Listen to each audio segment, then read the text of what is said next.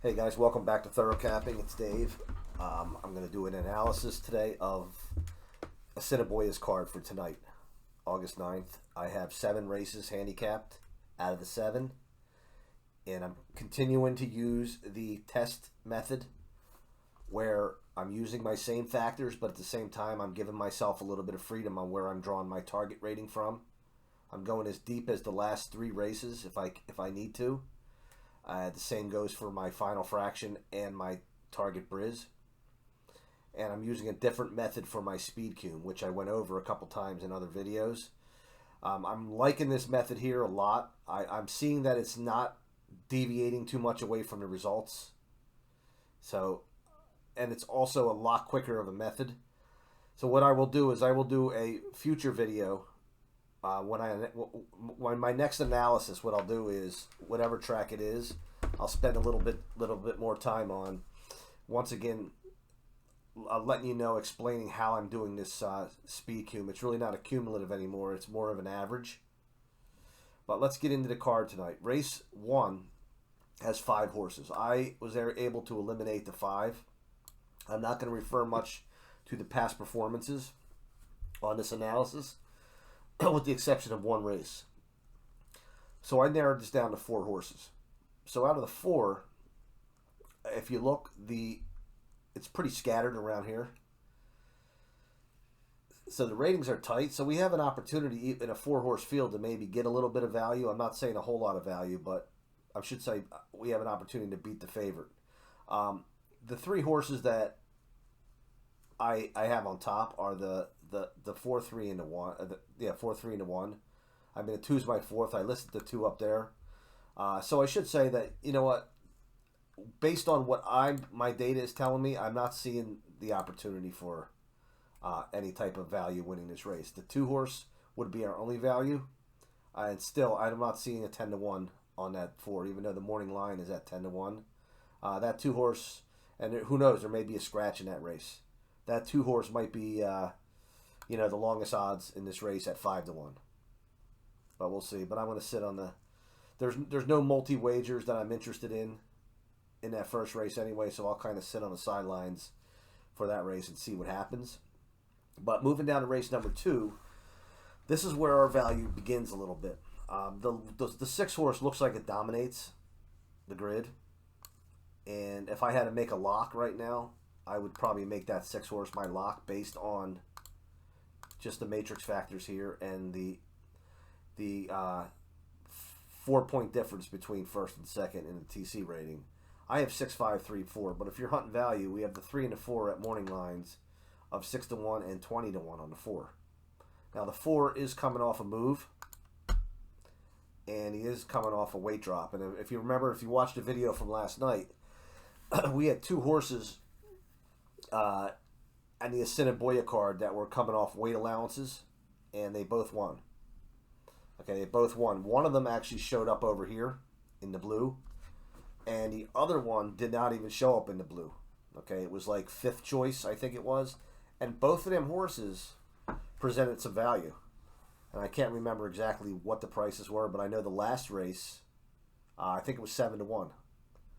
It was a 2 horse, won the last race at 7-1 and paid, I think, $16.80. And the only thing he really had going for him was the weight allowance. Nothing much over here. And I think he might have been 5th out of 7th or 5th out of 8th, I think, in our factors.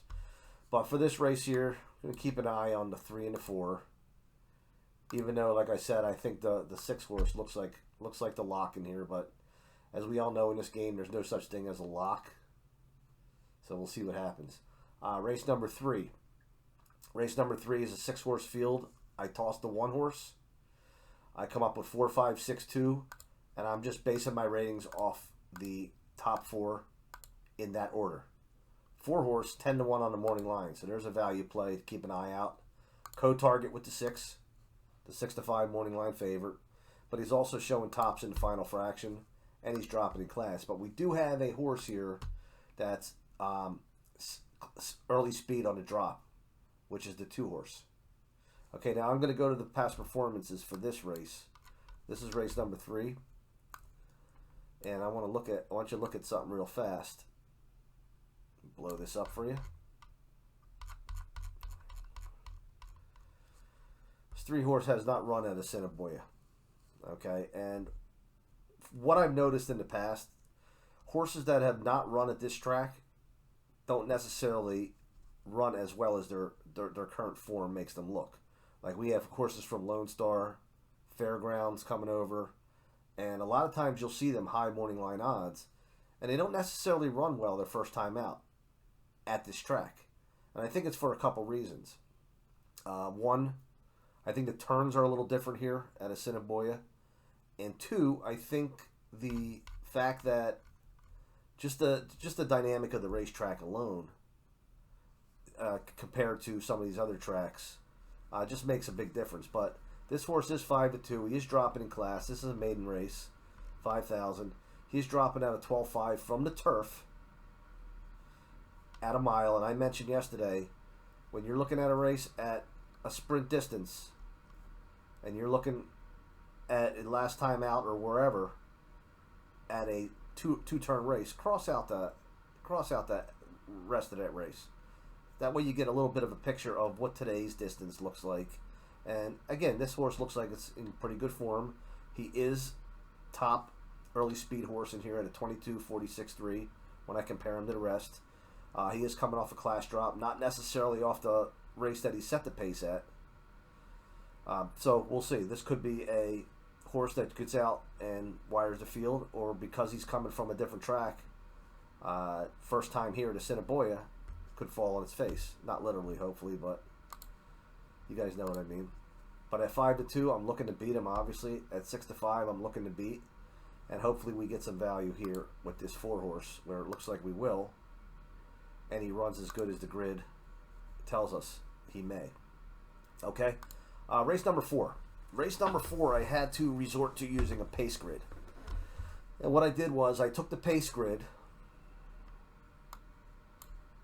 and I ran all the numbers for the 7 runners, and I created my own grid based off of that pace grid. Okay, this probably took longer than it took to handicap the rest of these races. What I did was I pulled out the fraction 1, fraction 2, and fraction 3 velocities from this grid. 1, 2, and 3. I left out the distance and the length gained or lost because that's already calculated in this. And what I did was I put down those 3, and then I put a formula in to convert them to a rating out of 100. Okay, I use 60 as the standard. If you look at the formula up top here, if you can see it, I'll make this a little bit larger.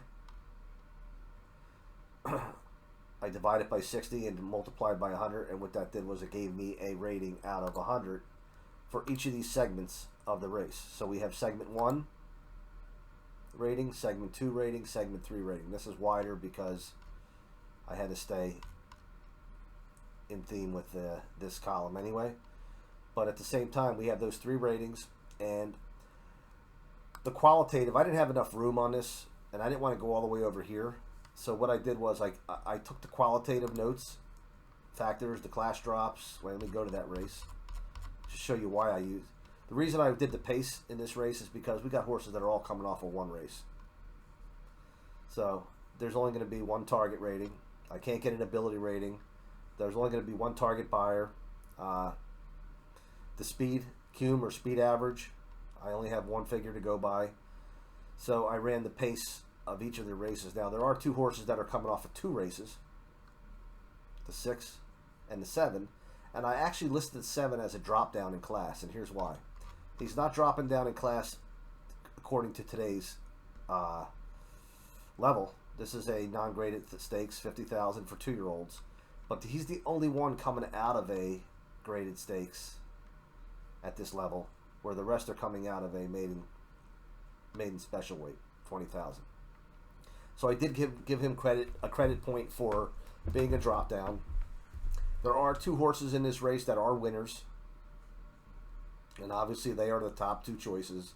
And in this situation here, this is where we look to beat a favorite. Okay, just because these horses have won one time out These horses are only coming off of one race, okay? And some of them are coming off of quality races.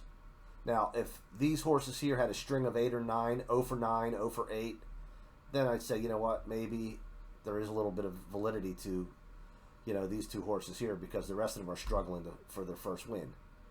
But I let the pace grid do the talking, and in the qualitative section, all I did was put the number of times they showed up. I didn't make an entire qualitative grid for this because I would have been extending way too far out. So these were just additional points added to the ratings. So this rating here is the total average out of 100 based off the 3 segments of the race: early, mid, late. And as you can see, the 6 and the 2 are top point getters here. 6 morning line 8 to 1. Okay, keep an eye out. And then when I put my averages in, factor X, early pace, sustained pace, overall average pace. The factor X, sometimes a potent measurement of sprint races. This is a 5 furlong race. And as you can see, we have the 6 horse finishing on top there. 4 horse in early pace with the 2 and the 6 right behind. 6 horse overall pace. Sustained pace I wasn't that worried about in this short of a race, so I really didn't identify that, but it is mixed into formulas here anyway. And then the average rating off of just simply these averages goes to the 6, and then the 2 and the 3 right behind. And then finally, the overall average of the entire chart, the 6 horse again is on top. So the 6 horse is an 8 to 1 morning line. It's a horse to keep an eye out for. And then we have the 2, 7, and the 3. Now I did put the 7 over top of the 2 here because of the class drop out of that ungraded stakes, and he is the top dominant early pace in this race. And this is only a 5 furlong race. So with that potential class drop, somewhat of a class drop, and that early speed, that horse is another one to keep an eye out for. Now, I don't know if we're going to get 5 to 1 or 9 to 2 or better. He is listed at a 4 to 1 morning line. But again, just keep an eye out on that 7 as well. And 6, 2, 7, 3. Race 5. Race 5, 7 horse field. I tossed the 2. 1 horse seems to dominate up here to an extent, but yet the 7 horse is my target and ability horse, and they are both morning line favorites, 5 to 2, 2 to 1. Top point getter is the 1, but the second is the 5 horse, or the 4 horse. The 4 horse is the only horse right now, morning line wise, that looks like he's going to present value, so keep an eye on the 4. And we got 1, 4, 7, 6 in the 5th. Race number 6. Race number 6, matrix side of the grid. 3 horse, 5 to 1 morning line. Top final fraction, interesting. 20 to 1 on the 7 morning line. And the 7 is actually my second choice TC rating wise. The 3 horse, not only is he the target ability, top target Briz, top speed, Q average, we also are looking at a drop down in class here. He is coming off a move, and he's coming off a trainer rating, which has boosted his TC rating up to an 80.4. So keep that in mind. Keep an eye on the 3 and keep an eye on the 7, and maybe steal some value in that race also. And then finally the 7th. We got a 7 horse field, the finale. I tossed the 7. The 2 horse looks like another potential lock here. He is 2 to 1 morning line. The 5 to 2 second choice is showing me nothing on the matrix side, but yet he is showing up as 4th in the TC rating, which isn't that hard to do in a 6 horse field, especially when I tossed 1 horse. He's coming up 4th out of 6, so that might be the horse, the false favorite in this race. So hopefully we get a little value on the 3, and the public bets this 5, and the race runs like the grid tells us it's going to. We do have 2 4 horses coming off moves. The 4 horses coming off a double move. 1 on the turn, 1 on the stretch last out. And in ranking order, 3, 1, 4, 5 our selections in race number 7. Okay, give me a second here. Let me pause. All right, guys, I'll take a look at this quick grid I put together. If you want to do a screenshot, pause, screenshot, just to keep track. What I have is I have the same information we just went over for each race, my top 4 selections.